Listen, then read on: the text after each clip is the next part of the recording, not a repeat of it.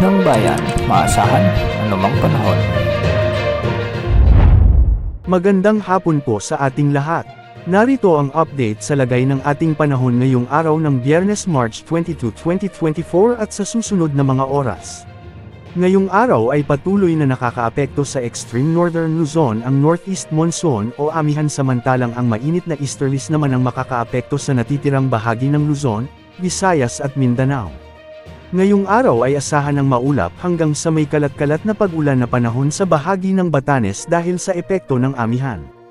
Ayon sa forecast, posibleng ideklara na ng pag-asa ang pagtatapos ng cold dry season sa bansa o ang amihan season at posibleng opisyal nang ideklara ang hot dry season o mas kilala bilang tag-init sa mga susunod na araw. Dahil sa unti-unting pag-shift ng hangin, mas mararamdaman pa sa mga susunod na araw ang mas mainit o mas maalinsangang panahon sa buong bansa. Samantala, mababa naman ang tayensa ng mga pag-ulan ngayong araw sa buong Visayas maliban sa mga dadaang mga isolated rains sa ilang lugar.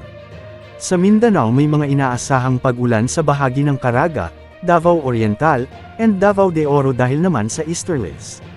Sa Metro Manila ay mababa naman ang tayensa ng pag-ulan ngayon maliban sa mga isolated rains dulot ng easterlies o localized thunderstorms lalo na pagsapit ng hapon o gabi.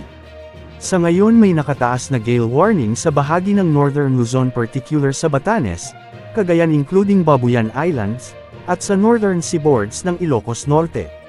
Posible namang pumalo sa 46 na degrees Celsius ang pinakamataas na heat index ngayong araw sa may Baknotan, La Union.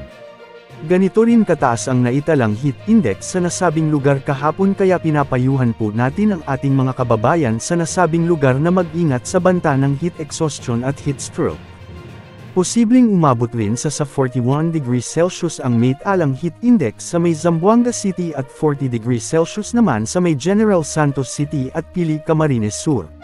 Base sa latest wind map ng mga ginagamit nating models, wala namang inaasahang mabubuong sama ng panahon na posibleng makaapekto sa bansa sa susunod na 3 hanggang 5 araw maliban sa kumpol na kaulapaan sa silangan ng Mindanao na posibleng maging isang tropical wave at mababa naman ang tsansang mabuo bilang bagyo.